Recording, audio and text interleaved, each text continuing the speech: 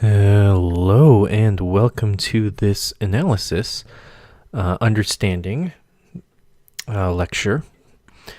And today I'm going to be discussing probably one of my favorite sonatas by Beethoven, which is his Waldstein Sonata. And this was,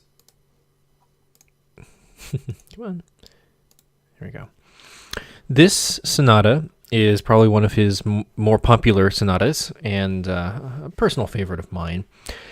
In this analysis, I'm going to be analyzing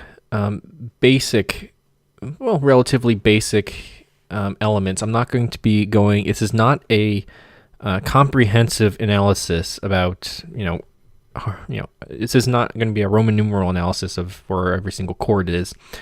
I'm going to be discussing, in most part, the form, important compositional elements, and how Beethoven utilizes them, mostly motives,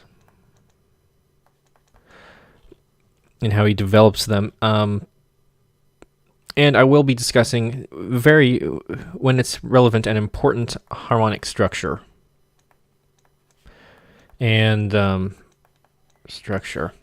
Those are going to be the elements. Again, I'm not going to go into depth about harmonic structure and really looking very closely at every single note and how every single note plays and everything about that, and questioning every single little detail. That would be too much, and that's really meant for a college class. That's why you go to college, to learn this kind of stuff. So don't want to leave... I want to leave stuff on the table for you to discover and learn. I just like to present my own interpretation of this sonata and how I hear it, and hopefully my goal with these analyses, hopefully, is to shed some light and open up some ideas about how you can listen to this piece of music, because it's a lot of fun to listen to, indeed. But I'm hoping that you might find some treasures. I can unlock some treasures and keys that you may have not considered or thought of, and just to help show how great and wonderful Beethoven is as a composer, and the genius and the amount of work that goes into composing such a great masterpiece such as this one. Okay, so Waldstein Sonata. So this was dedicated to Count Ferdinand von Waldstein, the patron of him, or sponsor of Beethoven, so to speak, is what we would have called him. And he was the one who funded Beethoven and gave him the money to study with Haydn in Vienna when he was younger, in his early 20s. We all know how that went. Initially, it didn't go very well, but Beethoven, later in his life, soon came to grips with respecting Haydn. So this is called the Waldstein Sonata. And the thing about Beethoven and most musicians and artists at the time, when things are called the Waldstein Sonata, the Archduke Trio, stuff like that, and dedicating it to patrons, they're really doing it because their patron paid them to write the piece for them, or that they're doing it because of the reason, because they've sponsored the artist themselves to continue on with their craft, and they almost expect a piece to be written for them, even if they don't ask for it directly. You give someone money to be an artist, you kind of expect a little something in return, and Count Ferdinand von Waldstein, he was the one that said, "May you go to Vienna and acquire the spirit of Mozart through the hands of Haydn," or something along those lines. Very pretentious quote. Dem Grafen von Waldstein gewidmet. It says in German right up the top. This is Opus 53, and this was composed, let's see if I get this right, 1803, 1804, thereabouts. So the Appassionata came very soon after this. And it begins in C major, but man, C major being the simplest key to write in. No sharps, no flats. Very fun, very simple key. Boy, does Beethoven just rip this thing a new one and go in very far directions. I'm going to talk about actually the entire sonata, first, second, and third movement. So go ahead, grab yourself some beverage, grab yourself some potato chips, open up your scorebook, grab a pencil, and we're going to be here for a while. So let's get to it. So you can go ahead and pause the video if you want to go grab a snack or whatever. And after you come back, we're going to go ahead and listen to the exposition. So here we go. All right, here's the exposition.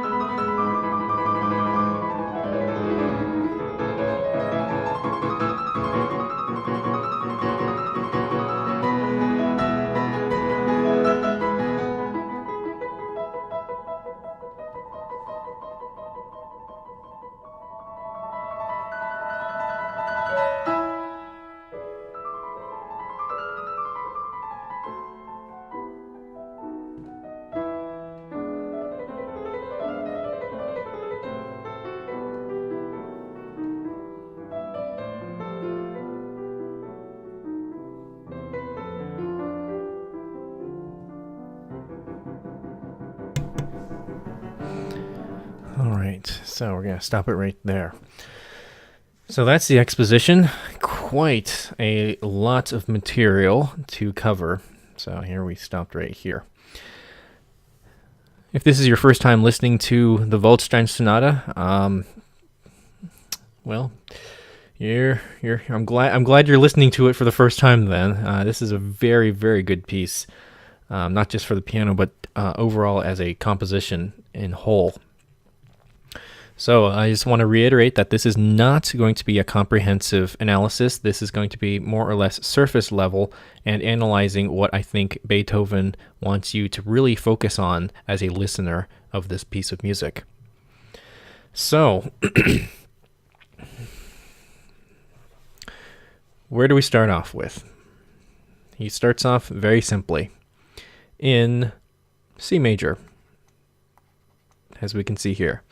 All right, so we're chugging along in C major, and we have this chugging motive, which I'm hesitant to call, based on my analysis of this, a motive.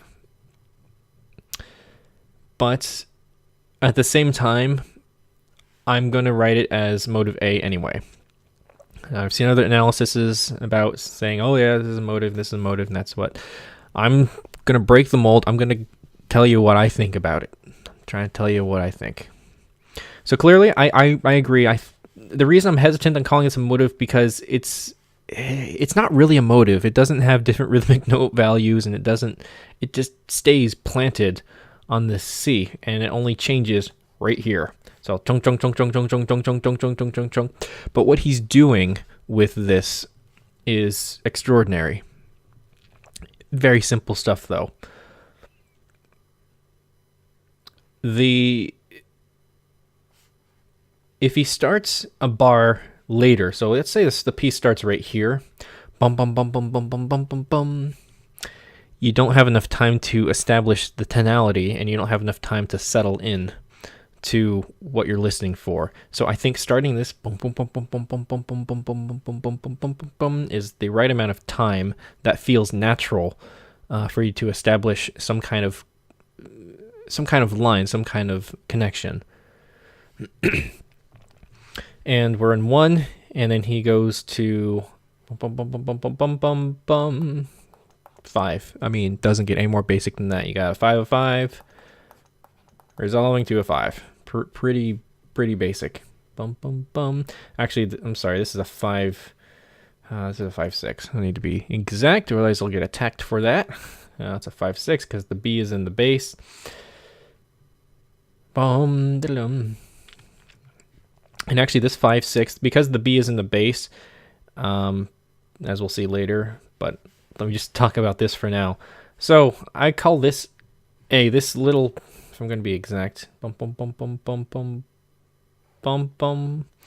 I'm hesitant. I'm just going to call this little chunk, this driving section A. And I'm going to call, it's a good contrasting color. This is, I mean, this is clear. This is B. This is motive B. I think that much is clear. Bum ba bum ba-dum ba-dum. And this is kind of a variation. I'm just gonna put C, because these especially bum ba-dum ba-dum ba-dum, this is very clear. This is going to be repeated constantly throughout the entire movement. This A, I mean, I don't know if this is really a motive. I don't.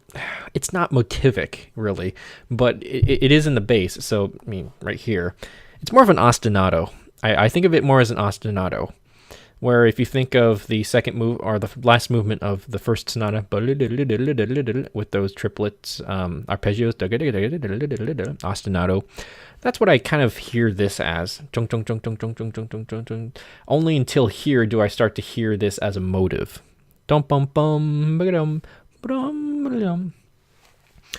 And this is also a nice compositional technique. He's using the registers of the piano, so he's starting low. You want to start at a point where you can go to in your music. So if you want to build, you need to, first of all, he does, this is why Beethoven is so fucking good at what he does. He starts piano. He starts pianissimo. He starts very quietly, and he starts in the very bass register, playing C.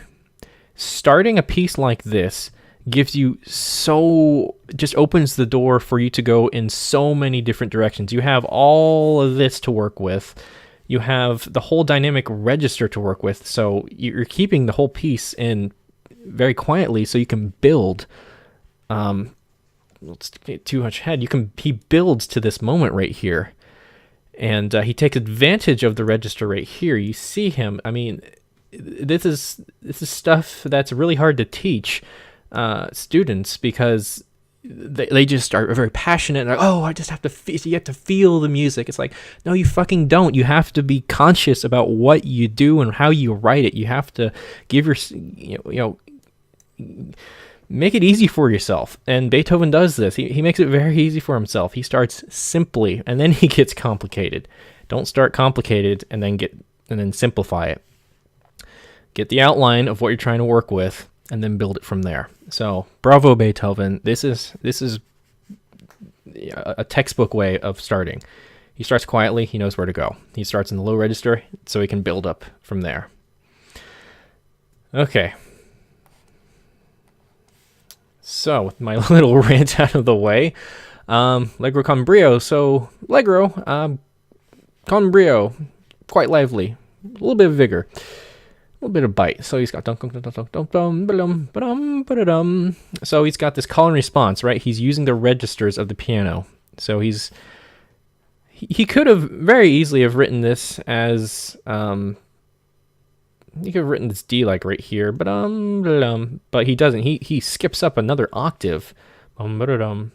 He skips up what? That's 3 octaves. So he's really covering huge. He's really jumping way up there.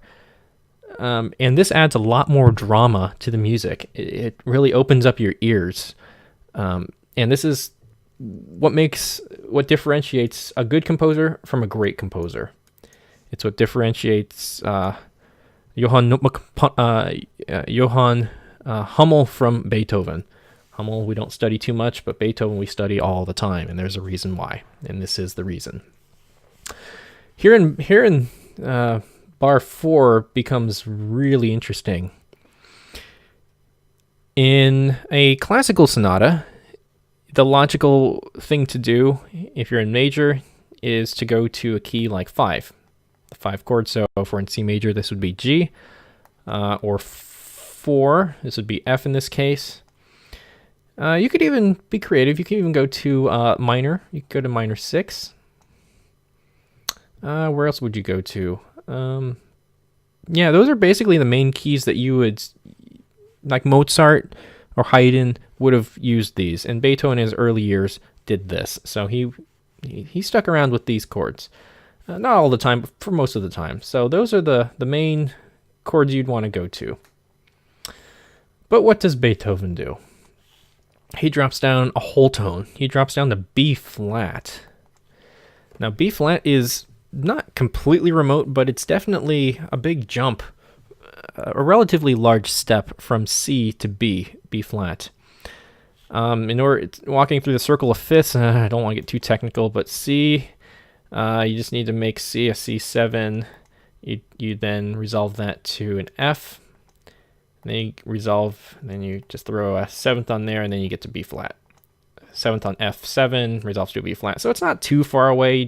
It's a couple steps away through the circle of fifths, but it's nothing too crazy. As we'll see later, it gets a little bit more intense with his modulations.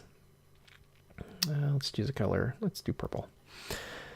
So it goes to B flat, down a whole step, and this is important why he makes this a 5/6 right here, because C down to B is a half step, and then a half step underneath this. He's chromatically going down another half step to B flat, so this resolves quite naturally down right here, right there.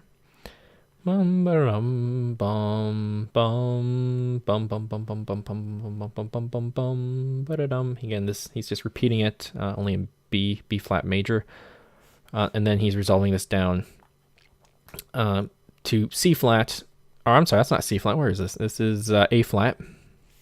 So A natural, A flat. So you have this chromatic descending bass line. I mean, it's very subtle. You have to really listen to it, and good performers know when to emphasize and bring this part out, and when to suppress it. Bum ba-da-dum, ba-dum, ba-da-dum. So he's just chromatically slowly walking down to the dominant right here. He's finally reached 5, which is really your target in a sonata. And here he establishes and stops on 5 right here as well. So this is basically a 5. I'm just going to call it a 5 pedal, because bum bum bum bum bum bum bum bum bum. If you really want to be technical, you could probably this is probably some augmented Italian or maybe a German 6th or something. But again, we're not going to be talking too much about that. And he's actually the dominant of C. He goes into C minor, which is kind of strange. I mean, he starts to establish that in this lick right here. In F. F minor. He just outlines an F minor scale right here with this. Let's just call it this motive right here.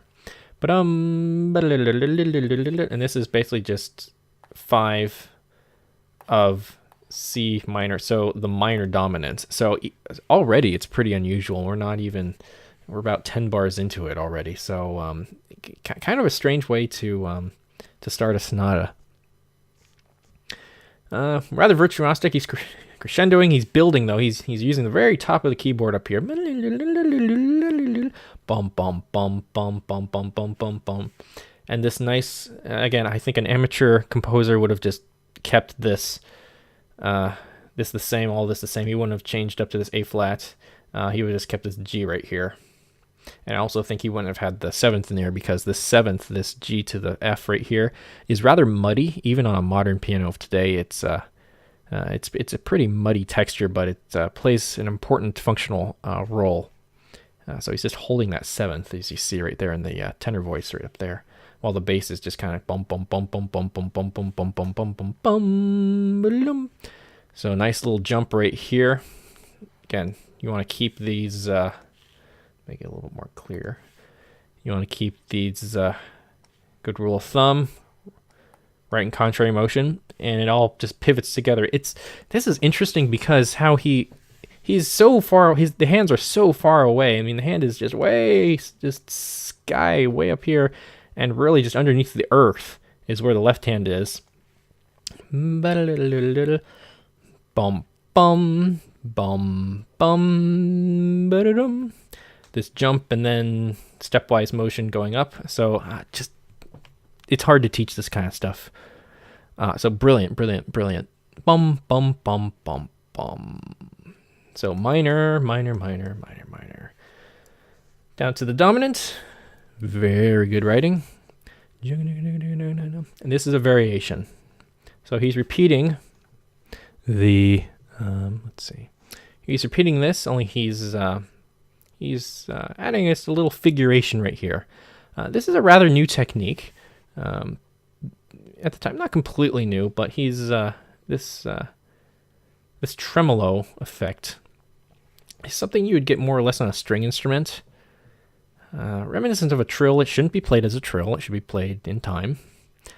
But it just kind of fills out. It makes the music feel more fluid and less choppy. So, it's hard to play this section very fluidly.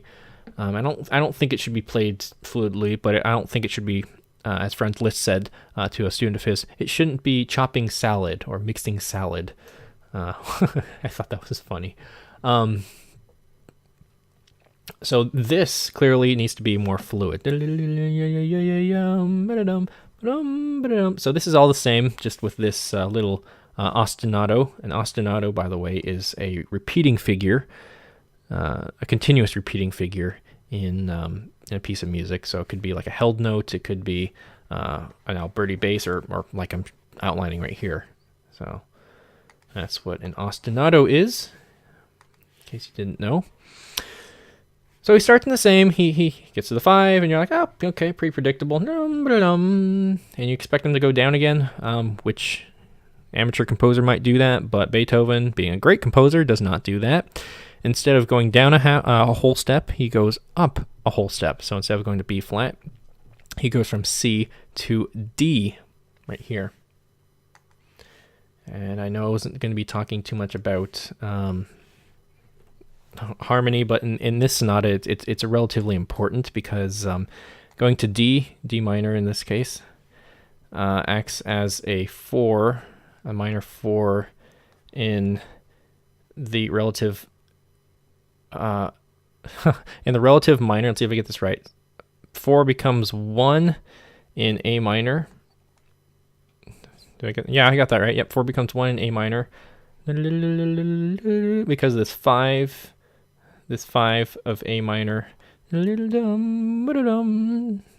So this is not too unusual, but it's relatively unusual.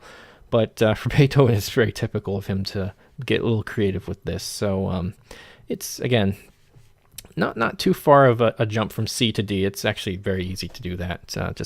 It's actually closer, more closely related from C to D minor than it is from C to B flat major. But anyway, enough with that. We're going to the relative minor, and we reach that right here. So now we're in A minor. Bum ba-da-dum, ba-dum ba-da-dum, ba-dum, fa-dum. So this is a secondary dominant leading right here, right there. All right. And we haven't talked about themes yet. We haven't talked about themes and whatnot. So let's talk about that. So where's theme 1? Well, theme 1 clearly starts on the very first measure. And I see it stopping right here.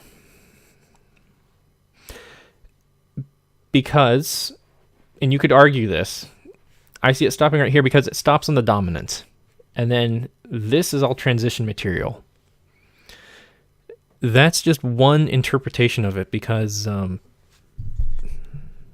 let me adjust my microphone. You could argue that theme 1 doesn't begin until, for example, or the transition material doesn't begin until like right here when he goes into D minor. Depending on your professor, depending on who you are, but I see it as, hey, he's got a big giant fermata right here. Clearly this is new. This is going to be different. So I see this all right here, all the way up to right here as theme 1. Even though this is the same and he uses the same motives, and even so, because he's modulating, he's not in.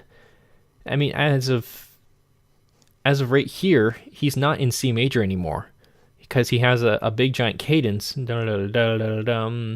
A minor, and he emphasizes bum ba-da-dum ba-dum ba-da-dum. So he's in A minor, very clearly in A minor at this point, even if it's temporary. But he doesn't ever return to C major from this point right here in the exposition. So I guess you could say that transition material begins right here, if you want to be really technical. But that's, again, this is just my interpretation of it. So we're moving on. This is where things get interesting. Bum bum ba-dum ba-dum. We have a 5 in E major. Now, as I mentioned in a sonata, the theme 2, the typical places you should go to, and we've seen, is 5, 4, 6. I'll get my Roman numerals right. 5, 6. Sometimes C2. Not very often. Who the hell does Beethoven think he is by going to E major? Because that's what the second theme is. I mean, what? So Beethoven ends up. Here's theme 2, by the way, right here. Theme 2 is right here. Who does he think he is by going into E major when he's in C? Because E major is very remote. You have to go from C, G, D, dominant A, then E. 1, 2, 3, 4, 5. That's 5 steps removed through the fifths. C to G, C, dominant to that, dominant to that, dominant to that, dominant to that. So he's properly far away. But even if he was, E minor would have been a more logical place, because E minor only has 1 sharp, and that's tonally not as far away as E major, which has 4 sharps. Hello. So, but he makes it work. He fucking makes it work, bro. So, and he does a very good job with it as well. But man, trying to read all these sharps is fun, especially when he doesn't give you a new key signature, which would have been nice, but it's okay. So let's just put it right here. Theme 2 is right there. This is transition material. Definitively, this is transition material. And he's just doing a lot of 5-1, very basic harmony. You can analyze this on your own. Obviously, Snowman position it, and these are just arpeggios. That's all these are. And just nice little virtuosic run up here. Just a quick side note. Again, just to highlight the genius of Beethoven. Very nice. Contrary motion. This is good writing. This is good compositional writing. And this feels very idiomatic to play. This is idiomatic writing for the piano, because not only is contrary motion just a good rule of thumb to have in music, but it's also Also, when you're playing piano, because your hands are symmetrical, are the opposite, they're mirror images of each other. This makes it very easy to play. If this was in parallel motion, it wouldn't have been too much of a problem, but it would have not been as fun and as easy to play, or as gratifying to play as well. So just for general, very general ideas, that's just good writing in general, especially for the piano. For other instruments, it's not as big of a deal, but for piano, it's a biggie. 5, and so this is a B major 7, resolving, and he's just fragmenting this. This is just basically just driving and building off of this 16th note ostinato figuration, I guess you could call it, this little thing right here. And then we get to a really lovely section. Beautiful 4 and 5 part writing right here. Again, you gotta know your Bach chorales. This is why 4-part harmony and writing is very essential. And as much as I'd love to analyze this, I'm going to leave that up to you as an exercise to analyze the chord structure and harmonies. But rhythmically, he's got this bum bum bum bum bum bum bum bum bum. So you can think of this rhythmically. You can think of the 7th Symphony, a second movement. Bum bum bum bum bum. Ba-da-dum, ba-da-ba-dum, bum, dum, bum, bum, bum, bum. Don't know if he intentionally thought of that or not. Perhaps, but it's not too. It's really not that important. Dum, bum, bum, bum, bum. And also, when you're playing this, notice he phrases these all a little bit differently. So he has this under one slur, and then he has the rest of the phrase. So you have one section, you've got another section. So, and then the alto voice becomes the soprano voice right here. Have that sforzando right under that B right there. Bum, ba-dum. That really nice suspension. Bum, ba-dee. Really pleasurable resolution right here. And then this A just walks really nicely down. This becomes the soprano voice, and just fuck yeah, that's just good writing. Good for you. Love this stuff. And then he just simple technique. You start in a high register, and you can work down, just like you start in a low register, and you work your way up. And you're seeing he's just doing this. He's diving underneath the water. He's resurfacing. He's coming up to land. He's going to an airplane, and he's coming back down to a submarine. And so he's just going up and down, and very good writing. Bum bum bum bum bum bum. So this is the lowest point in this little section. So let me just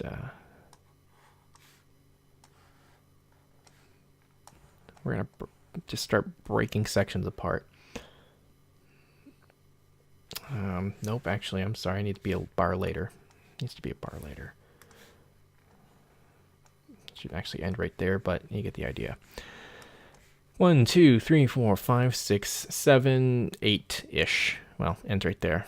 Bum 5, 1 in E major, and then you have this combination of this scalular passage. It's not chromatic. It's a combination of diatonic steps and chromatic steps, but makes it very musical that way. And he repeats it up another octave.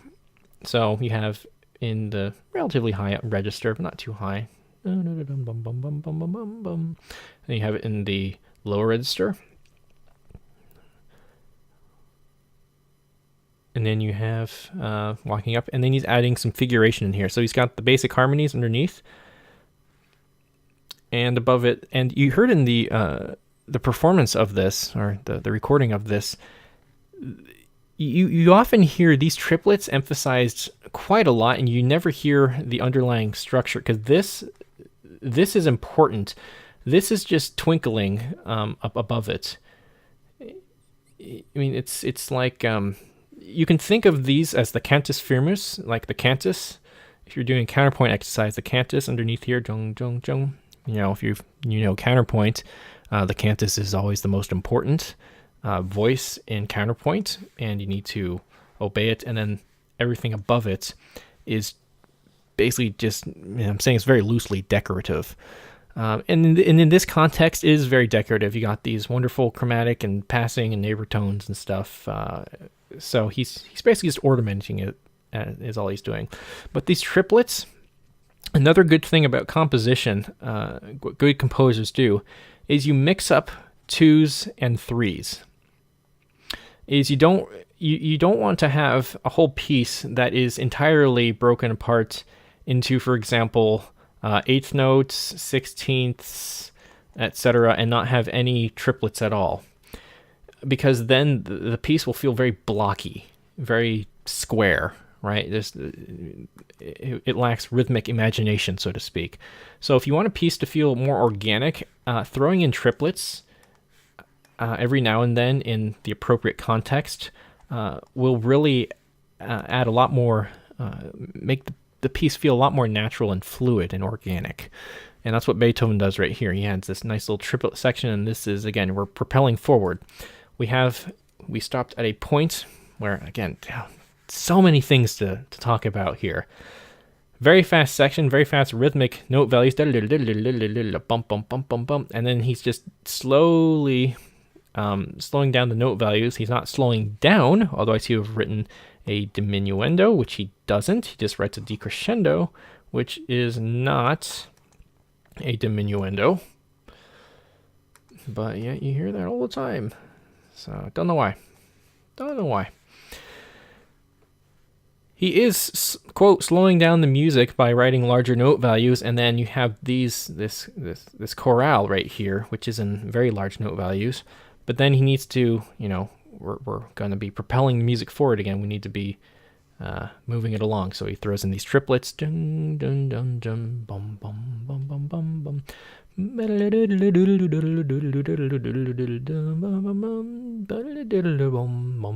Again, lower note, lower register. And then right here, again, this is still all theme 2. Even though I would call this varied, he's developing essentially theme 2 because we're still in E major. We haven't modulated. Because this is again 5. This is the syncopation, bum bum bum bum, and again this is also another nice thing to do as a pianist, and even in orchestration you can achieve this very well. You have clearly this line is now more important. The triplet figuration, which I told you was not important, now is important. Jung jung, and the reason I say it's important. Nice 5 1 is because the bass isn't playing the chorale anymore, isn't playing the theme. It's on a pedal. It's on a dominant pedal, and it plays throughout here, and that gives way because if something's simple on the bottom, you need to have something complex on the top, and vice versa. So clearly this has its time to shine, and it's just 5-1, 5-1. And the way he writes this is very clever and very original. Very nicely done. And then he just switches hands right here. So left hand gets a say, and then both voices had their turn. Both had 2 measures. Now they both, like I said before, they're both working together. They're not working against each other, which you do see sometimes in music, but that's okay. In this case, they're working together because they're, again, contrary motion. Very good writing. And this is, again, me talking about having 2s and 3s together. Excellent, excellent, excellent. Again, triplets. Again, at this moment, a sudden just burst of propulsion just emerges out of this triplet motion, and then you're like, yes, it's getting faster and faster. You could, in principle, if you want really good rhythmic build, let me find a spot. and he kind of does this. You can have something in half notes, then have it in bum bum bum. Have it quarter notes. Bum bum. This isn't as successful, but you could actually that would have come before. You could have it. I was gonna say in 3 quarter note tuplets, but that would have come right here. So you'd want to basically have 2 followed by 3s, followed by 2s, followed by 3s to build up and get smaller and smaller note values that way. Just a suggestion if you're looking into that. That's just typically very good writing, just to have that. But I'm getting off track. Let's get back onto track and change colors again to pink. Jump down the octave. The reason he jumps down the octave, I think, should be pretty obvious. He's in the tenor range right here. Being in this range, he needs to jump down an octave because he's coming down to the C sharp right here, and he'd be colliding with whatever's happening up here. So he knows he clearly wants a scalar run coming down and then coming back up. So he has to come down. He has to come down in order to leave room for this line to come down. Bum bum bum bum bum bum bum bum bum bum bum. Actually, at this point, yep, here it is. So at this point, we have transition material again. Transition material, because he's moving away from E major at this point. With this D natural. And he's just so clever with the way he just uses these figurations. I mean, geez.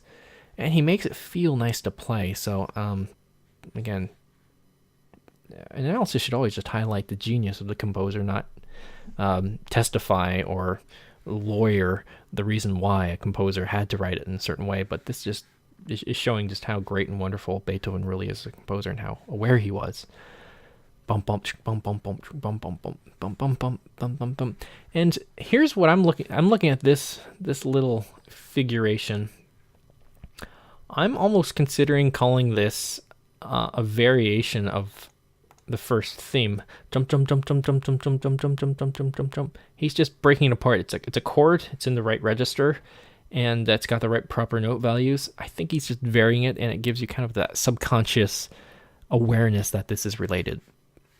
And he just keeps up with that. I mean, this is I love this section right here. Very victorious. Throwing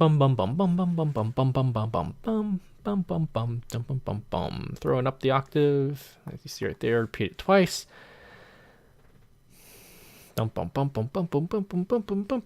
Reminds me of the ending of the William Tell Overture, actually. You got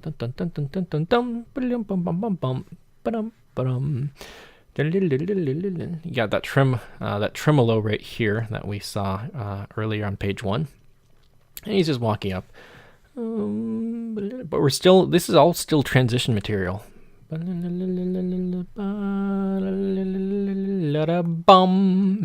Here we are. This is the closing, because we are finally done modulating. And again, just walking up, by the way, just going up to the very top of the piano right here. Well, higher-ish register of the piano. We're in treble clef, by the way. And again, looking at points to depart and points for you to go. Since he remains on the top register of the closing section right here, so we're pretty high up. So both hands are in the treble clef, and he's twinkling up here. He's really at the very top of the piano in his day. This would have been pretty high up there. Not the full extent, but pretty high up there. And he has this this chorale this chorale passage right here in the left hand, similar to what we've seen before, but it's a little bit different. Bum bum bum bum bum bada bum bada bum bada bum. So interesting harmonies there. Some little nuggets that you can find there. I'm not gonna talk you through all these harmonies, but I'm just gonna leave it at that. Let you do that. And so now his job is actually to get back to C major right here. So very interesting, and this is actually a little complicated to talk about, but all this resolution and suspensions and voice leading, it's all good stuff. Not going to talk more about it, but good stuff right there. And we're back. We repeat. So that is quite a lot that I discussed already, just in the exposition. That's a lot of material. But let me play it again. Let me just play this, listening to it with fresh ears. Listen to how he develops all these motives. And I'm going to play the development section, stop it, and then talk about the development section. So here's the exposition once again, and the development.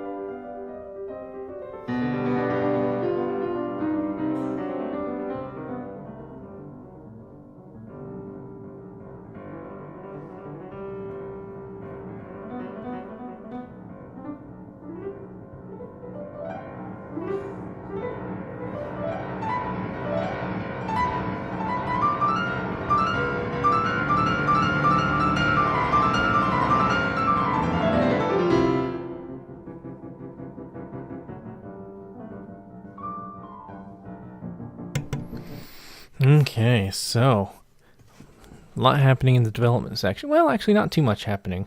It just sounds like there's a lot happening in the development section, but I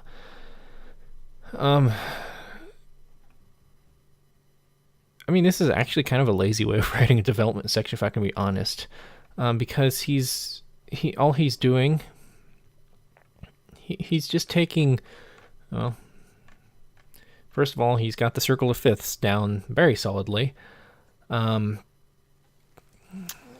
as you could hear, he's just sequencing a lot.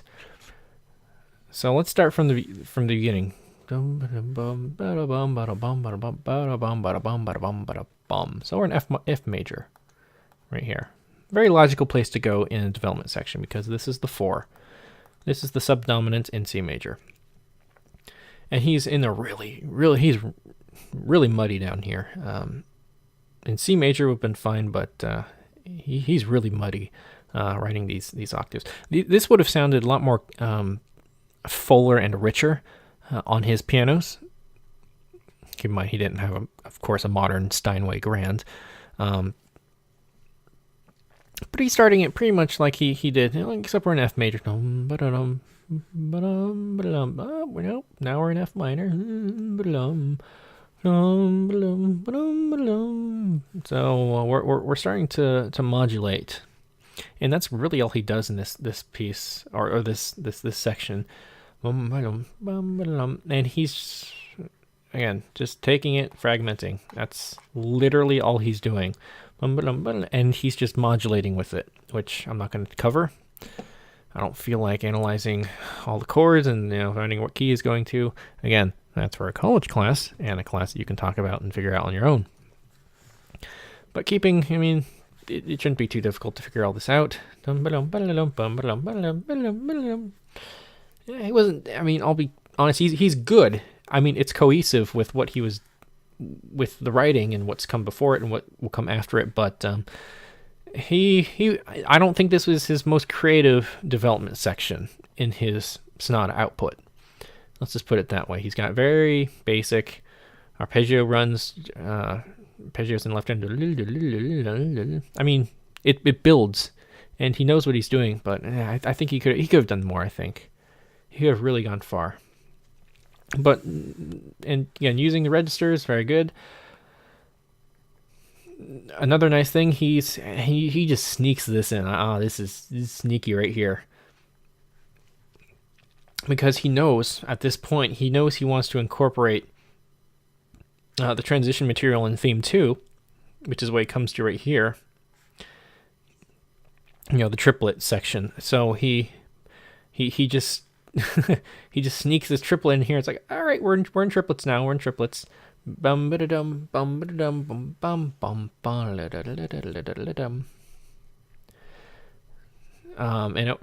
works really well. And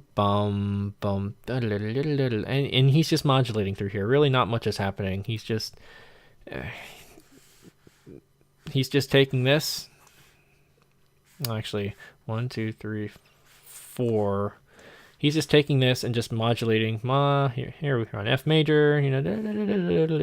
Okay, now we're in B major, where he's just walking up the circle of. He's just walking up the circle of fifths. 5. This B flat. 1, 2, 3, 4. So he's just sequencing. A lot of sequencing. Breaking it down. And then he breaks it down further. He does this, 3 or 4 times, and then he just really descends down. And again, he's going down because he knows he wants to build up. And he's kind of tricking us because, well, first of all, in sonata form, a good practice that we see, not necessarily, but good practice we see a lot is you want to end on the pedal of 5 in the original key, which is in C major, of course. So we have this G pedal, essentially. We've got a G major chord right above it. Of course, he's varying it, though, and it's fancied up a little bit with this figuration right here. But it's in essence, if we strip it down, it's just G.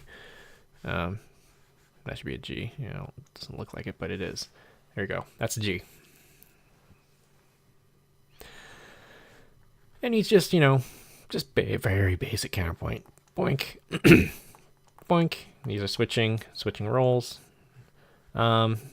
Except this is inverted. So he's, instead of going ba da da da dum, he's going da da da da dum, ba da da da dum. Just little details like that really make the difference between a good and a great composition. And here's a little bit of freedom. Just trying to build off of it. And then if you were, the performer is actually pretty good in this recording, but you could hear that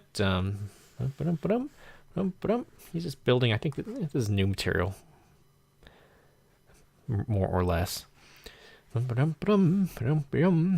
he's just he's just walking the bass line slowly up. It's very muddy down here. But now he needs to get back to home. Here we go. And the recapitulation. It's right here.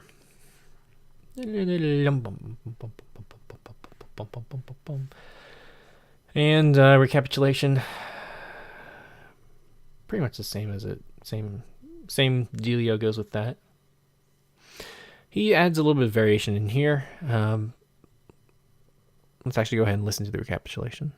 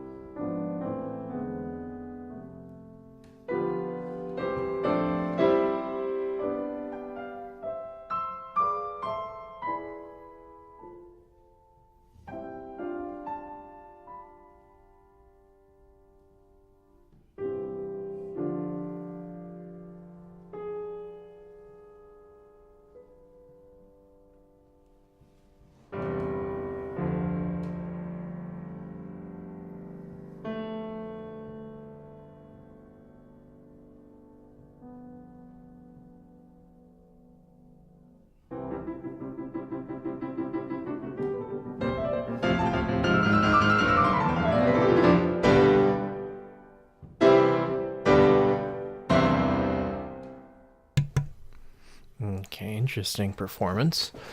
Perhaps the performer should slow down just a little bit so I can get all those notes, but recapitulation, not going to talk too much about it. I think you get the idea of that. Let's talk a little bit about the coda, because that's where things get a little more interesting. So the coda starts right here.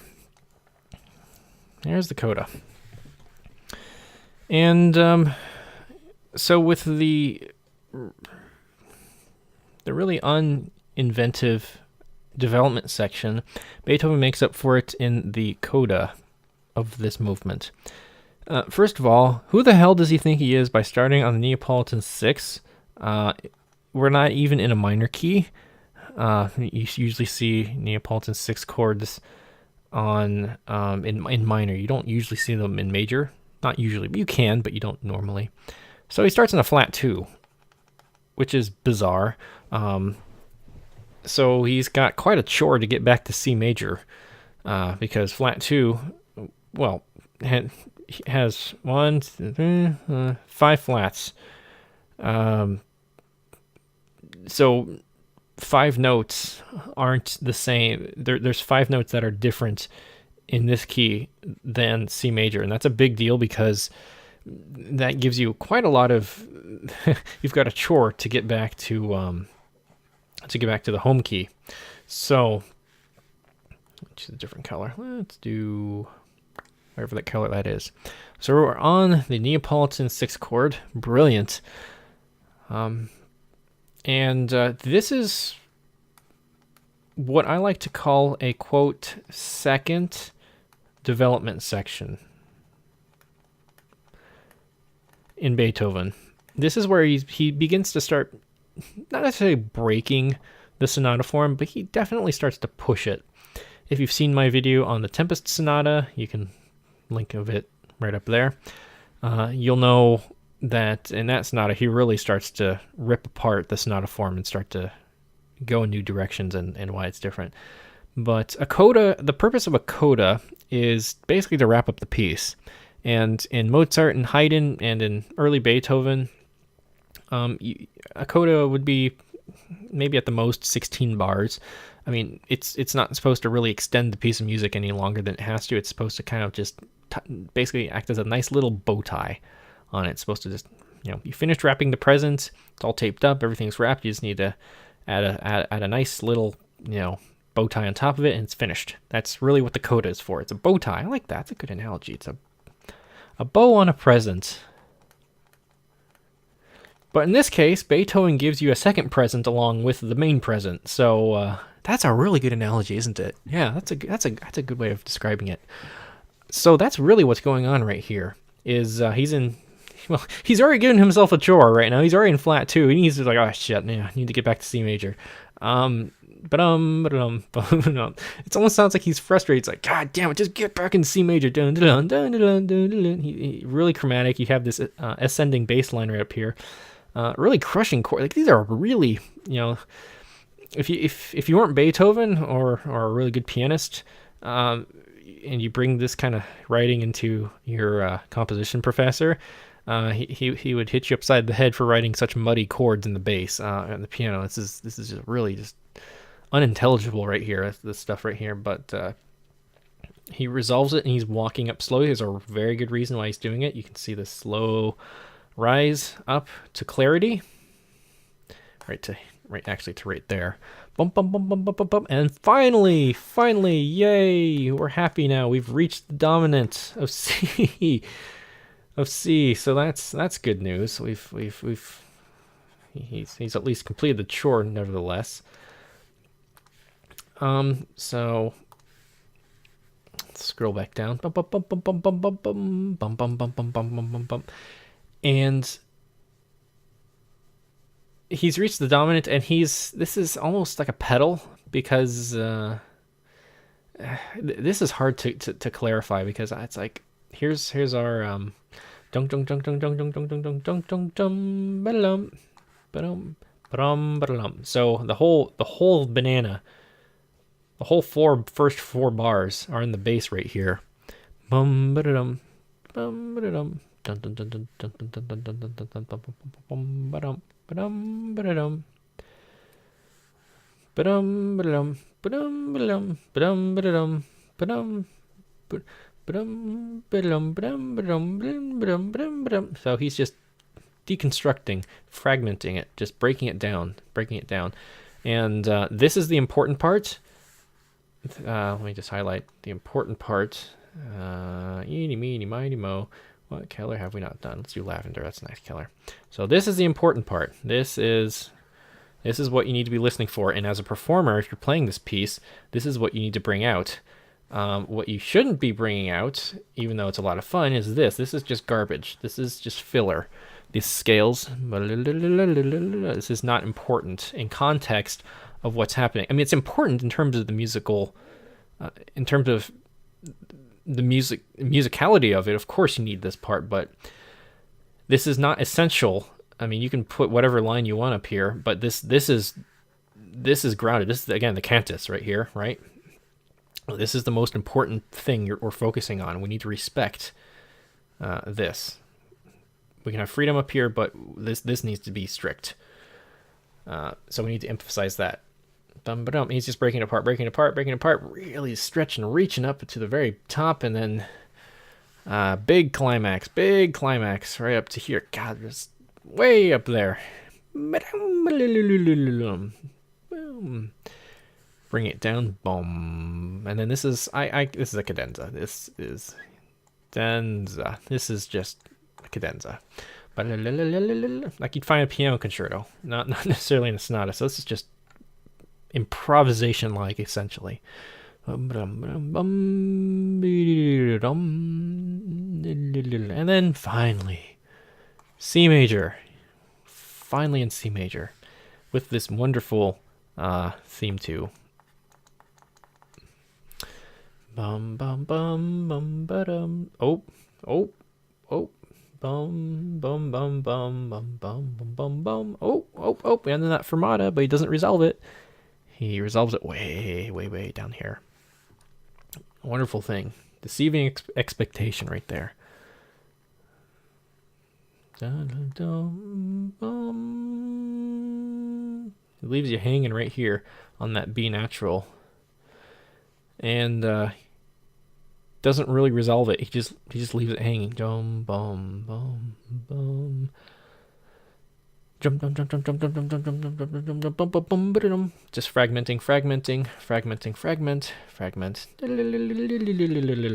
Sounds kind of like bump 1-5-1. Pretty typical. And again, both voices are going apart from each other, so that's good. Literally perfect textbook writing right here. Beautiful. Chung. We saw this little part, and I think you know where I'm going with this.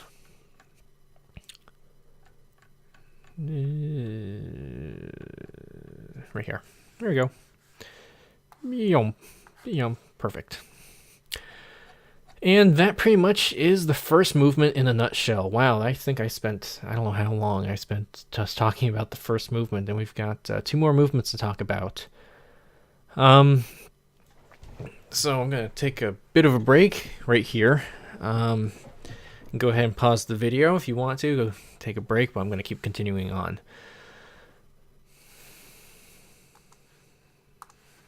All right. So now we're on movement 2. Introduzione in Adagio molto. So this is properly a pretty slow movement. Now, Beethoven did write a second original called the Andante Favori. It was basically a theme and variations in F major.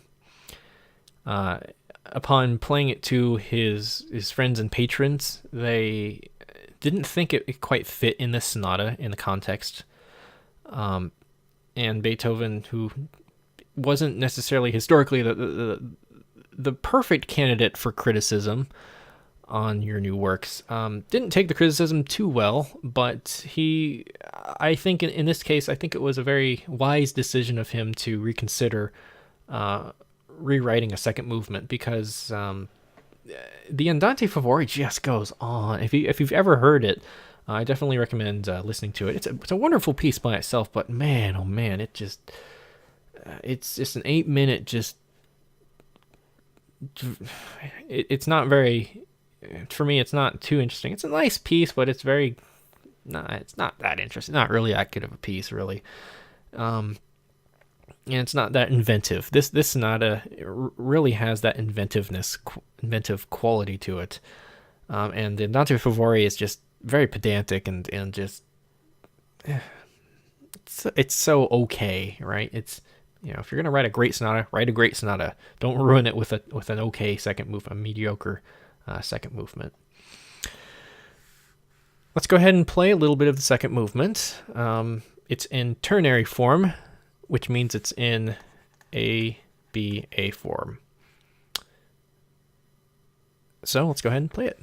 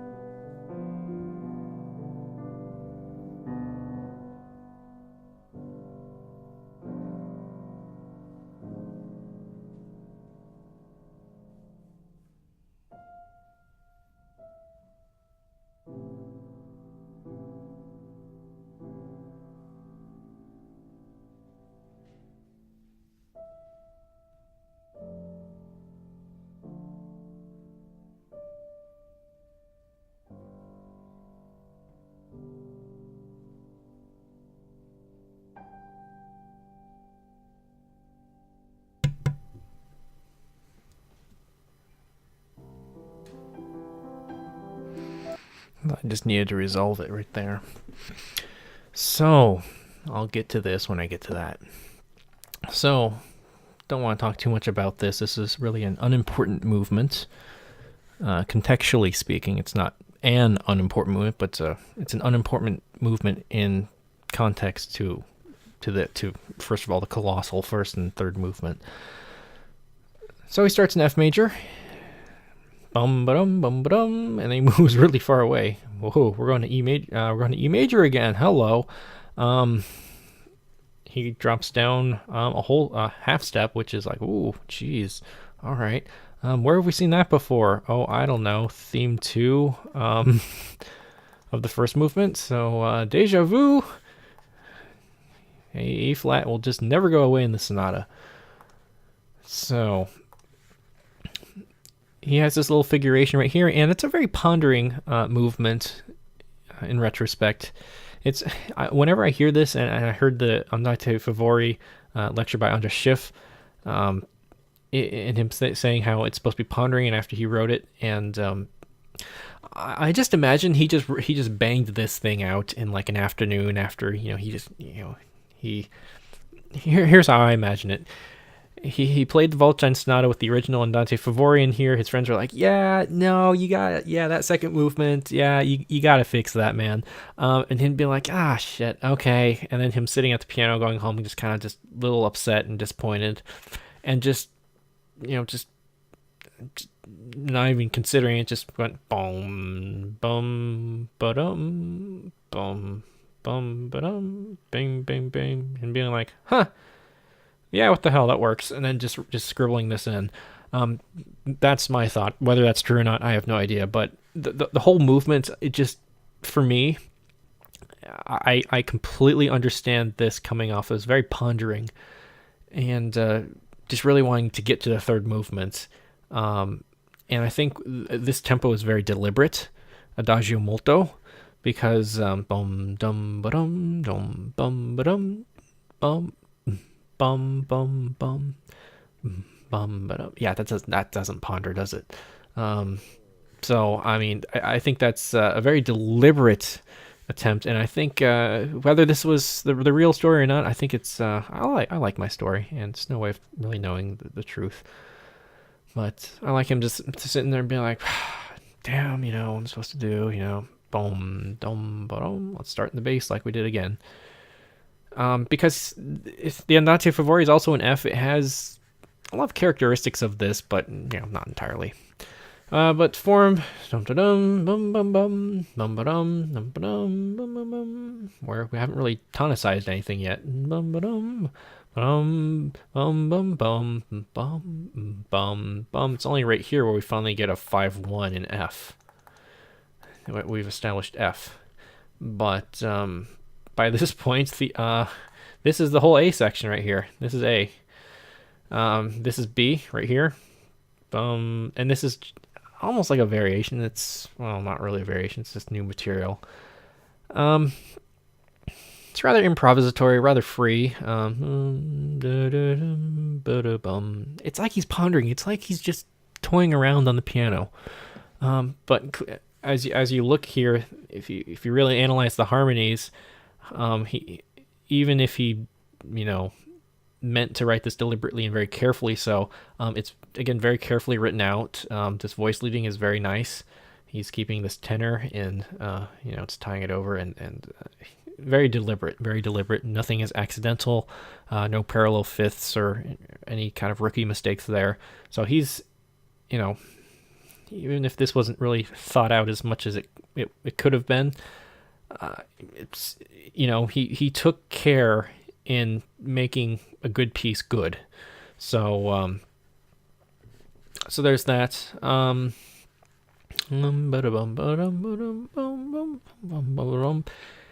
right here's the end of B, and here's the return of A. So this is a ternary form, so we call it, because it's got 3 sections in it. Bum bum ba-dum, bum ba-dum, ba-da-da, bum bum bum. And he's just adding a little bit of variation right here. Bum bum bum, dum ba-dum, bum ba-dum, bing bing bing, bum ba-dum. And this is where he starts to build So from this point on, from measure 20 on to, to right here, he's building. He's fragmenting. He's sequencing. I mean, it should be pretty obvious. Ba-da-da-dum, ba-da-da-dum. So he's just very slowly building down. Pick a color. He's slowly building this down, and he's building that up. So he's that's what's happening there. And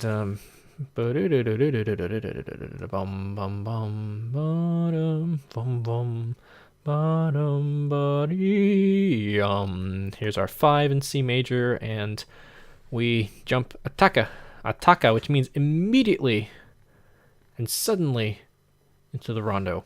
And this is probably one of my favorite movements of Beethoven in his entire output of music. His entire symphonies, his string quartets, his sonatas, his concertos. This is one of my favorite third movements of Beethoven. Just full stop. It's just a brilliant, very well executed piece. It has the intelligence of a great master. It's also got the emotional impact of a teenager. So it's best of both worlds, right? It's got that nice. It touches you emotionally very strongly, and also it's a balance of intelligence and emotion. I think it's just a fucking great movement. I love it. It's very well written. Good for you, Beethoven. Again, wonderful. So, notice how this is unconventional, but not completely unconventional. Is this the first sonata he's done this in? No, I think it was sonata number 18 where he ended the second. The second movement bleeds into the third movement. When a movement doesn't end, and it just carries over into the third movement, we call this through composed. It's a through composed composition. And as we see in just 2 more sonatas in the Appassionata, he does this again. Second movement bleeds into the third movement. We also see this again in another 3 more sonatas after that. In the Les Adieux Sonata, or Das Liebewohl, the second goes into the third. And even in next couple other sonatas, sonata number 28, same thing, through compose, the third goes into the fourth. Let's see, is there any other sonatas after that? You've got sonata 30. Sonata 30, the first bleeds into the second. 31, let's see, 30, 31, no, not, well, I'm not quite sure on 31. But it's supposed to be pretty obvious that there's no break in 31. But anyway, we're getting off track. This is supposed to be as such. And in the string quartets, you've got the late string quartets are highly experimental pieces. And gosh, you could take a whole entire graduate course on the string quartets by Beethoven. Anyway, so we have a rondo. A rondo. What is a rondo? Can I write over here? No. Rondo is basically a form where the main theme keeps on returning. The main section is always returning. So you have an A section, then you have a different section, you have B contrasting. Then once B is over, you come back to A. Then you play that dum dum ba-dum bum bum. And then you're like, all right, let's go into somewhere else. Okay, C. And in principle, you could do this for as long as you'd like. You can go A, B, A, C, A, D, A, E, etc., etc. In principle, you can go as long as you like. Sometimes we see pieces that are written. This one is written A, B, A. Let's see if I remember it. C, A, B, A. Let's see, Coda, I think. Let's see if I remember it right. Coda, as we'll see. But he brings back. I mean, this melody is just completely infectious, and Well, let's go ahead and play it. Get rid of all this. All right, I'm just going to play this the first A, and we'll talk about the first theme. So here we go.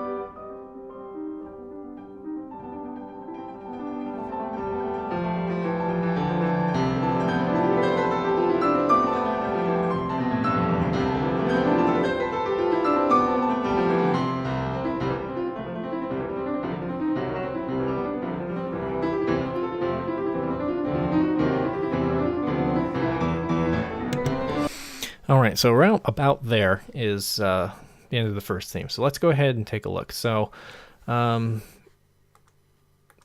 get a good color. What color should we do? Let's do pink. I like pink. That's a good color.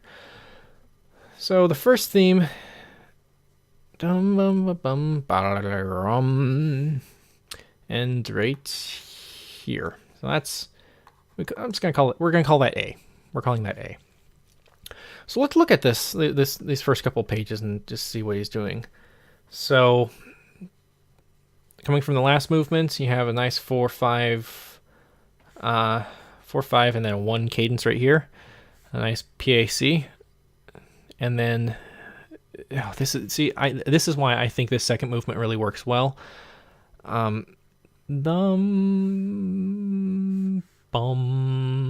Because this bass note actually belongs to this this melody. This is why Beethoven writes the bass note in. He doesn't write it in the right hand or the left hand. He writes it deliberately for the right hand because the right hand plays the melody, and he doesn't. He could have very easily have just put a C right there, and it would have been just fine. But he's doing this deliberately to show that, hey, Mr. Performer, this note belongs to this melody, bajong, and so the left hand plays all of this, and the right hand is just accompanying with simple broken arpeggios, essentially. Bum bum bum bum bum bum. Bum bum bum bum bum bum. And of course, we can't talk about this without talking about the gigantic elephant in the room, which is the pedal markings. Don't want to go too much into detail about that, but I just glossed over this pretentious. The intention of Beethoven's long pedal markings, which take no account into dissonance, passing chords, or mixtures, is a spiritual, almost transcendental binding together of larger groups, which has his instruments also favored. Okay, fuck this. Okay, you know what? This is very old. Okay, so why is Beethoven writing this long pedal? Mostly for practical reasons, because and also for sonic reasons. He's not writing it because he's a spiritual god. I mean, come on. He's, no. So the reason you have this C is, for example, to establish a pedal. So he wants to show that, hey, we're in C. If you don't have this C right here, it's not establishing the C, the tonality as clearly as if you didn't have this in pedal. And why he wrote this pedal as well, for the same reason. He's trying to show also a giant phrase. It would be really too impractical to write one giant phrase, but he's done this to here, for example. Instead, he writes a pedal mark which outlines sonically not visually like on the score, because sonically it's different. Orally, I guess would be a better word of describing it. He's trying to show that, hey, this is important. This is all one phrase, because as we see, it's the whole phrase is broken apart. We have these little broken apart arpeggios right here, right? And we also have bum bum ba-dum. This is separate from this, even though these two belong together. He's really trying to work with three things at once using two hands. So the pedal helps play an important role in gluing this whole section together. That's really how I see this as. I don't see it as some spiritual bullshit or something like that. I mean, let's get real here. Really, we don't need that kind of nonsense. He's a human being. He's not trying to reach to God with this piece. He's just writing some fucking piece of music. So, the other reason he's doing that is also because his pianos didn't sustain very well, or as good as they could have at this time.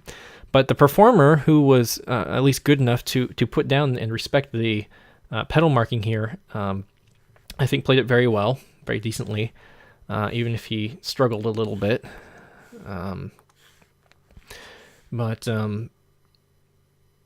very beautiful melody though. But the pedal is just gluing the whole phrase together as one. And when he writes a rest deliberately right here, he could have just written this as a quarter note, but it would have bled into here, and it wouldn't have been a clear refreshing of the damper pedal right here. So this is important why he puts the pedal where he does. He's a very smart person, and he really knows what he's doing. So here he goes into the 5. And he has this nice little hint of major and minor. But this, again, even though it's all in pedal, this is still establishing a giant phrase. Because as you see, it starts on this note, goes all the way to this note. And he's trying to, he likes the clashing, the little dissonances of this. And I guess I can take into larger groups. Yeah, I guess that's binding together of larger groups. That's just so dumb. Yeah, basically that's what he's doing. He's binding together this large passage right here. He's not trying to create spiritual stuff. That's dumb. This is a very old copy, by the way. This is from the Schirmer edition, I believe. So this is from like the 1900s, very early 1900s. This printed copy, so they were a little bit pretentious back then. We're a little bit more down to earth. So you have this E flat, I get clashing with the E natural right here. That minor second adds a little bit of tension in there, and having it all in pedal, I think adds nice coloration. But then he has this little bum bum bum bum, because we're on 5 right here. We need to come back to home, so he has this little cadential figure which rises and falls. Nice wave form, nice arch. And then we're back to our home, and this is very important to notation. He doesn't write this in the right hand. He writes this in the left hand. So, left hand. And he has double octaves. Double octaves emphasize the melody even more, adds more voices. Really shows you that it's a lot more clear. And we're in C major. These are just arpeggios, just walking up and down. Very basic stuff right here. And he's just filling out, again, all in pedal. Dum bum bum bum. Bum bum bum bum bum bum. And bum bum ba dum bum bum bum bum bum bum bum bum bum bum bum. And he's basically just very slowly building. He's just adding tiny little variations. He could be going really hectic with this, but he's not. He doesn't need to. Again, this is just the whole A section. It's not what a rondo is for. It's for theme variations. It's kind of is, but it's not. This trill is actually kind of difficult to do, but if you've practiced it, it's not too hard. Trilling in the right hand. Scales going up, scales going down. We see this in the Appassionata, last movement, and even in other pieces. So this technique is used in Beethoven quite often. Bum bum bum bum bum bum bum. Now we have new material. This is a dance right here. This transition. I call it transition material because sure, it's established in C, but we're not going to be in C for very much longer, as we'll see afterwards. So this is transition. I call this transition material, and it's a lovely transition material. It's a dance. And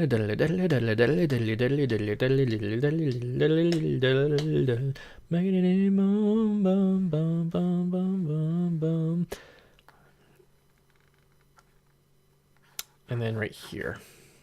So let's just play the B section. So I'll shut up right now. Here's the B section.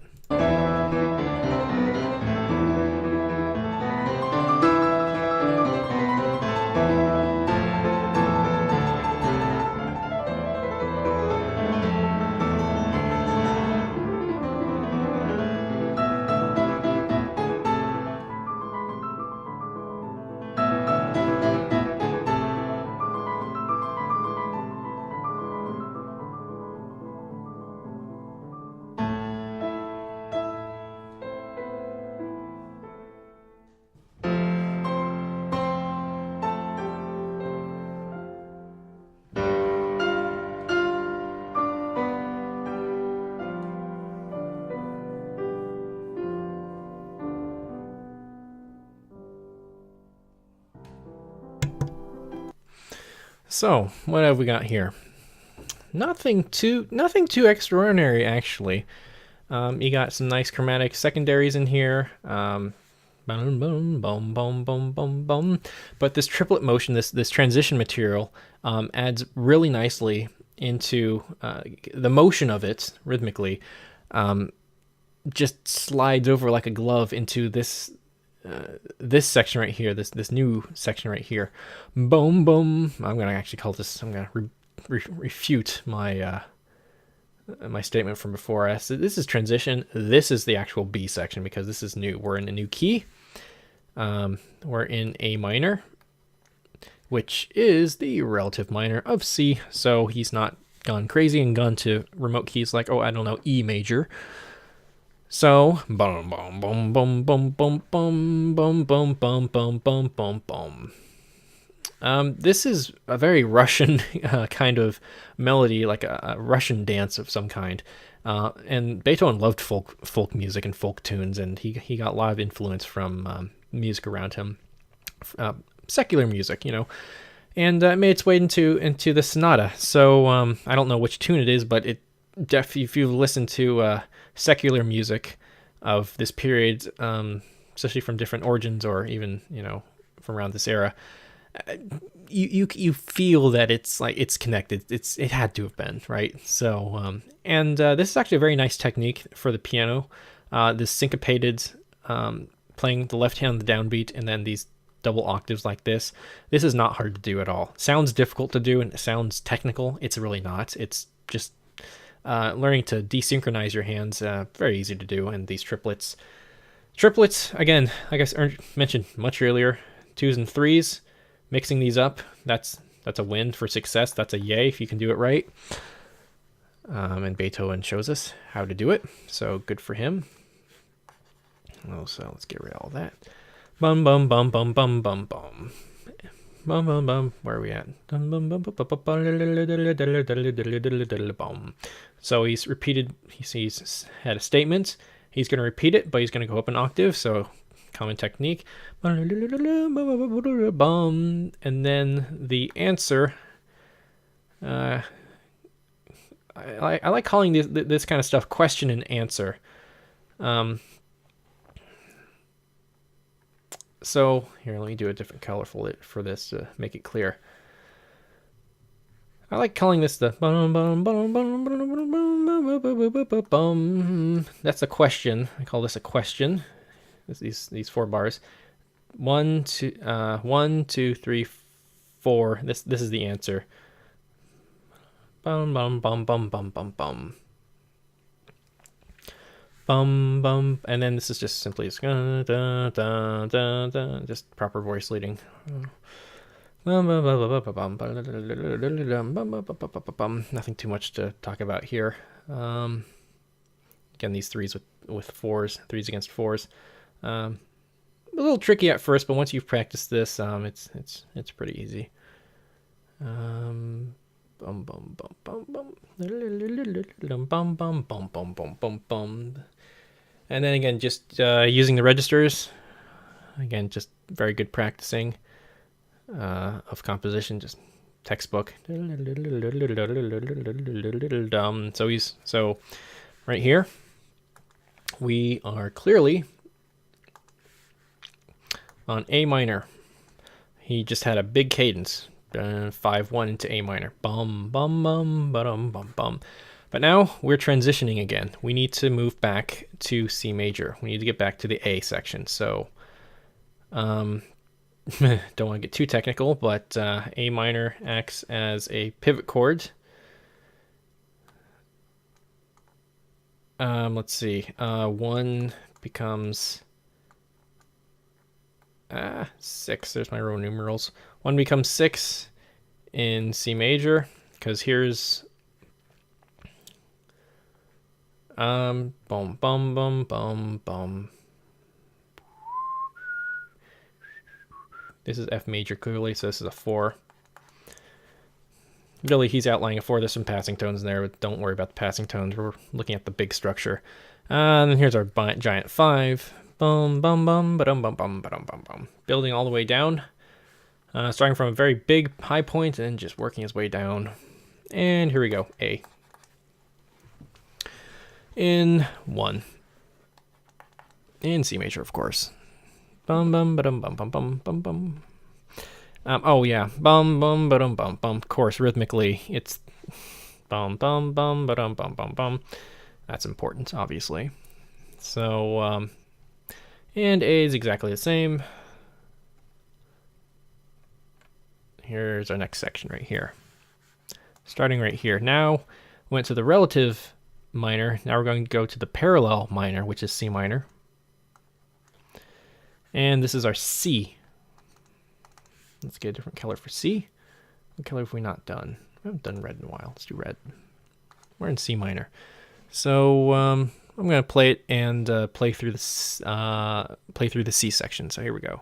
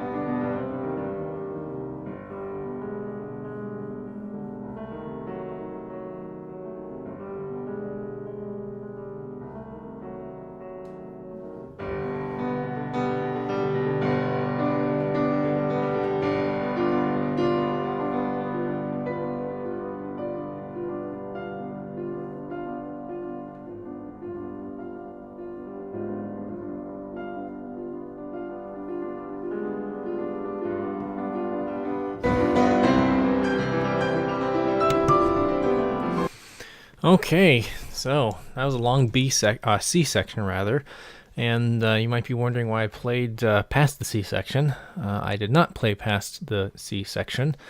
That was this is all part of the C section, but might be a little bit further than you think. So how am I interpreting this? So clearly we're in C minor right here. I think we all agree. He changed his key signature, and well, clearly it reflects that. So we've got this bung bung bung bung bung bung bung bung. Again, this dance, another dance motive, and this is where we got the we've got the Fifth Symphony Beethoven finally. This is in his heroic period, by the way. So this is where all of his really invigorating music pops through. And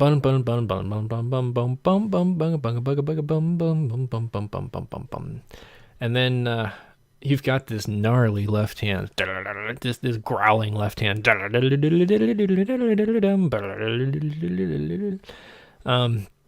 And these triplets, yeah, I mean, you start in the bass and you have a very similar left hand passage in the last movement of the Appassionata.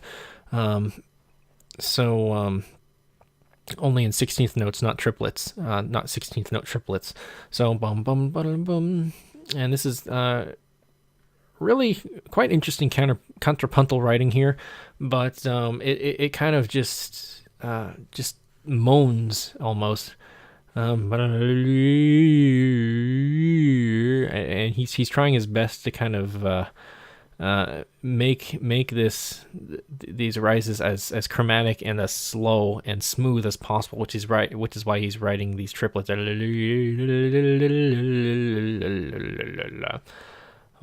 then he's switching hands right here. Should be pretty evident. Bum bum bum bum. Our pianist was doing a decent job of bringing out the bottom line, which is, again, important. This is not that as important. So, switch. Nope, doesn't switch hands. Bum, bum, bum, bum, bum, bum, bum, bum. Again, you go back into here.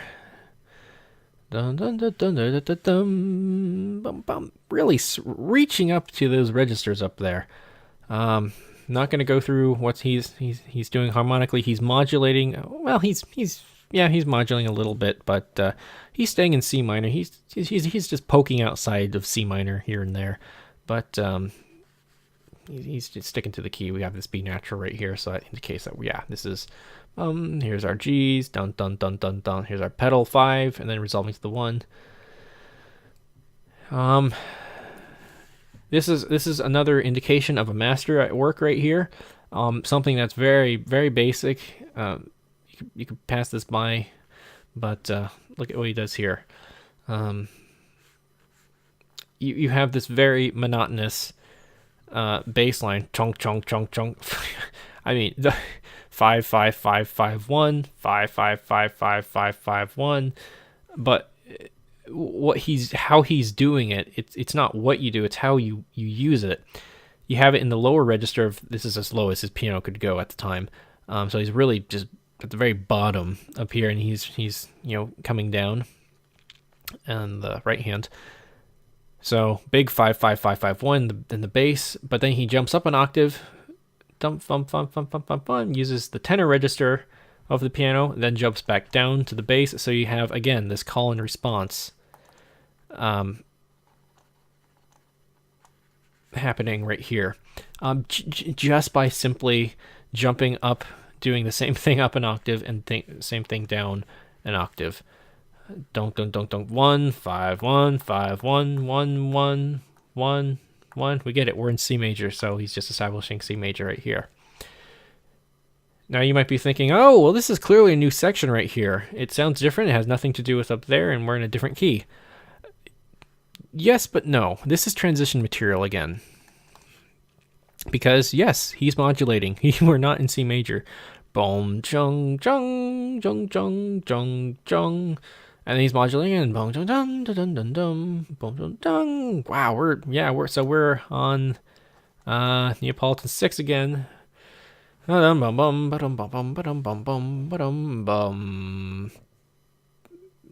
so this is all just transition material, and he's being a little fancy. And this is a very extended. He's really developing. And here's, yeah. By the way, this is our call. I think you pretty obvious. Bum bum bum bum bum. That's our main motive. Right there. Bum bum. And a little bit of syncopation happening right here. He's basically just running around the circle of fifths trying to get back home. He didn't feel like he needs to start off. He has this big. Here's the thing. Let me get my words together first, and then I can explain it. He's got choose a color. He's got this huge, gigantic tidal wave of a section coming to a abrupt stop, and he ends perfectly fine. He could, if he wanted to, he could have had no problem. Bum bum bum bum bum bum bum bum bum bum bum bum bum. He could have very well just jumped right back into A and did A and threw a coda at the end, and you're done. But that's not what he does. Instead, he elongates this section. He goes and explores a little bit. It's like it's a good analogy. It's like you're climbing. You're on a hike. You're on a hike, and you come to your destination. You know, you're trying to get to a point on your hike, and you're like, oh wow, you see it, your destination right ahead of you, and you're like, oh okay, well we got here sooner than we expected, but you want to explore a little bit more, so you go off on a bit of a tangent. You know, you go off on the beaten path, and go explore, go pick some berries, or go do whatever. But then you come back, and then you finish you end your hike. Like, if that makes any sense, I don't know. That's just how I think of it. But he's essentially, going off the trail a little bit, kind of exploring, poking around, being like, oh yeah, well we could end, we could go back to A right here, but let's get a little adventurous, shall we? Let's go climb some trees, right? So yeah, this is the tree climbing section. He's tree climbing. That's what he's doing right here. This is all this. Especially right here, because this is unnecessary. All this material is completely unnecessary. You don't need it, but he's elongating, and by adding all this section in here, it actually adds a lot more anticipation and tension and build to when we finally do come back to the A section. Where is it? Right here. So it makes this arrival huge. It makes this a gigantic arrival point right here. It's like, oh, we're back. We're finally back. We've gone through all of this. We've gone through all the bushes. We've climbed off branches. So this is all just exploration, transition exploration, just going and going and going, and this is almost like a development section, essentially, in a sonata.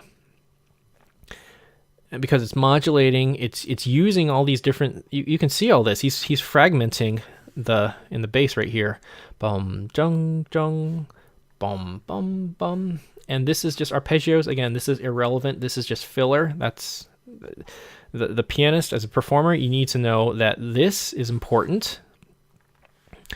This is not as important. Again, it's filler. It's not the main theme. It's not what you should be listening for. It should just be decorative, more or less. So he's dancing, dancing, dancing.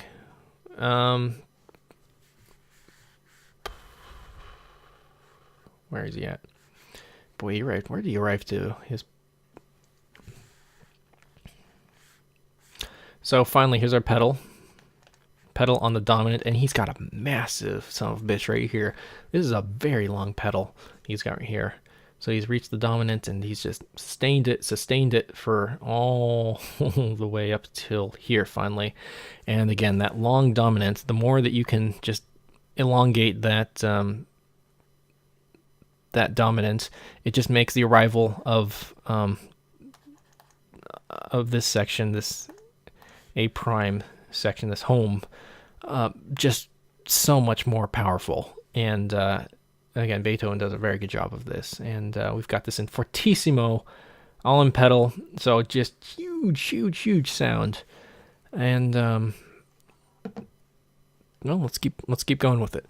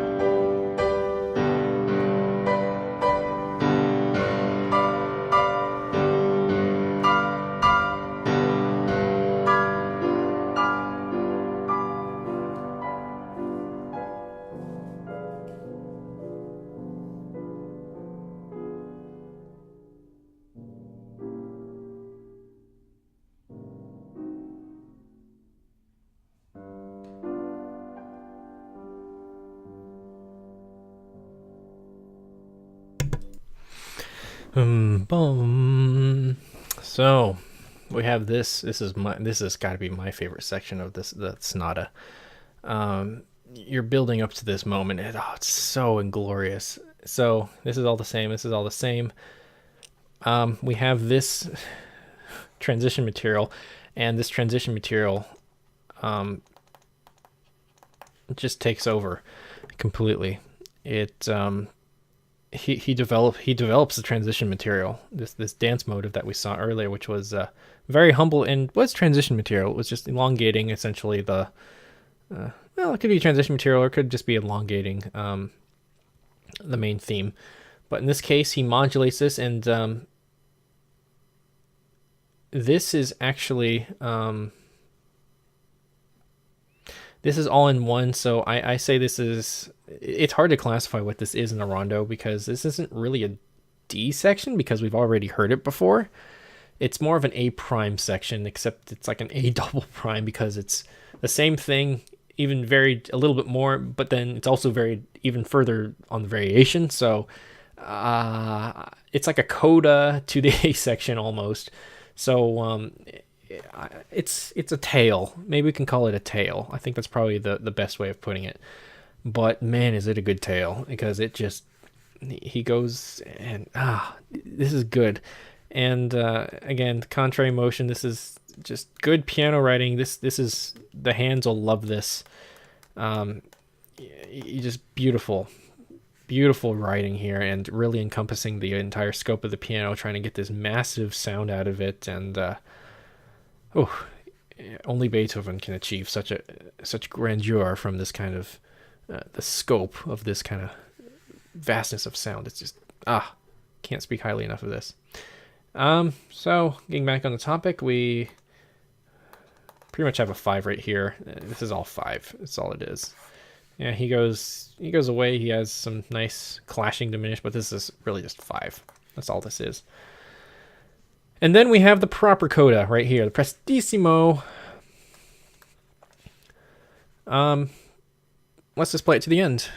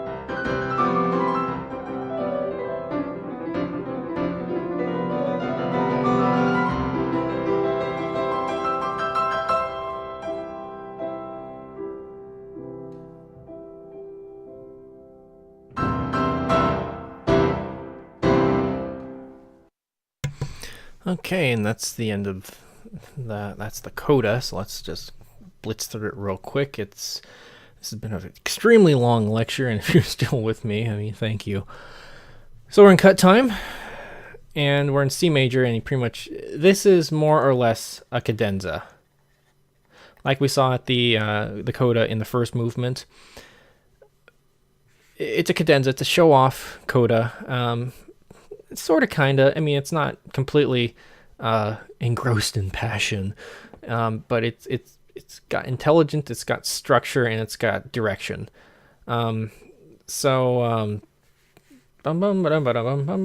clearly he's using the theme right there, and he's just sprinkling in lots of passing tones and neighbor tones and stuff like that, and lots of chromatic dissonances in here to really spice it up. And he's just walking down in thirds. So that kind of adds a dramatic flavor to it. Bum ba-dum ba-dum ba-dum. And I hear this, but as kind of just a tiny fragment of bum bum bum ba bum bum bum. That's bum bum bum bum bum of the main theme. That's just me. That's how I hear it. Just try to keep everything connected and cohesive. He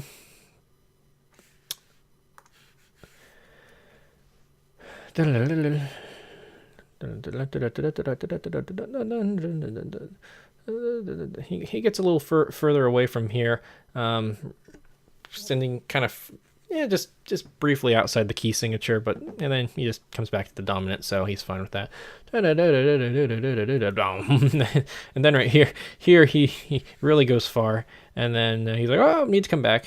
And so he's got a little bit of transition material right here, which our performer was struggling with a little bit, trying to get all those notes. And I like how he picks and chooses when he wants to use the pedal or not. I can understand him wanting to adhere to this rest, but he completely ignored the pedal marking right there. So and then had to repeat somewhere in here. He had to backtrack a little bit. If you can't play it, speed, not dissing our performer. He's still a pretty good performance. Let's see. So, and he's just fragment. So he's just this is just transition material. It is. These guys. If you can, I mean, I always like it when performers try to respect the composer's markings as best as they can. I mean, to a certain extent, but not to be ridiculous. This is very easy to do if you have a good piano. Maybe he didn't have a good piano or performer, but man, he just boink, and just grabbed the left hand to do this bottom line, the right hand to do this top line. But really, if you can just do the fingering right here, which is 5-1, I mean, it's really not that difficult of a glissando, and he's using all the white keys, so I mean, come on, it's pretty simple. And then same with that. It's a little bit of fun that you should be able to do. He does this a couple times, and even the ossia, usual simplification. I think, if I remember correctly, I think this is Beethoven's own ossia right here. I know he had an ossia for this fingering right here, which is this his? I think this is his for if the trill right here becomes a little too difficult. He wrote an alternative fingering for this, but really this trill, playing it with 5, that's not that hard to play, really. Takes some coordination, takes some practice, but once you get it, it's really not that hard. So he's on the 5. Let's see, 5. And just a very nice PAC right here.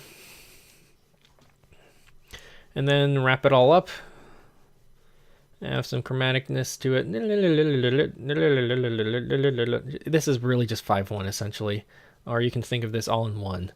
It's really not going anywhere.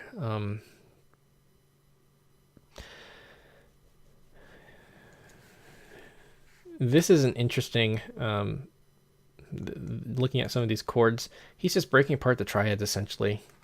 He's just using all these inversions, and they're all right next to each other. So while it looks rather jumpy and difficult to play, really this is one hand position, this is another hand position. actually all of that is, yeah, all of that's one hand position. Same with all that. So it sounds difficult, but it's really not. So playing it at speed and clarity though is difficult, and that's gonna cover up any mistakes right here. This pedal marking right here. So don't worry about it. But yeah, play it right. So he goes nice big. Bum bum bum bum bum bum dum bum bum bum bum.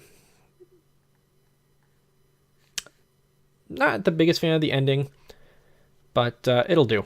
I think it'll do. I think he could have ended it a little bit bigger. He has, I don't know, he's got a huge tidal wave of energy coming through here, and you know, it's fine. I mean, I still like it, but I think if he spent just like 5 more minutes like reconsidering it, I think it could have ended even bigger and grander. But that's the way he ended it, so we'll have to make do with it for what it is. But overall, still, that doesn't detract from the greatness of this piece. This is a very fun piece to play, and a very happy piece. It's one of Beethoven's most positive pieces that he wrote for the piano, and in the Appassionata, just a couple years later, he wrote probably one of the most tempestuous pieces, the very dark piece. So he the yin and yang are very next to each other. So this has been an extremely long video, but I'm glad if you're still sticking around. Thank you all for sticking around for this video. I hope I taught you something. I hope you learned something with this, and thank you all very much for tuning in. And if you like the video, go ahead and leave a like. If you want to see more of this, go ahead and subscribe, and I'll see you guys in the next video. Thank you, and take care.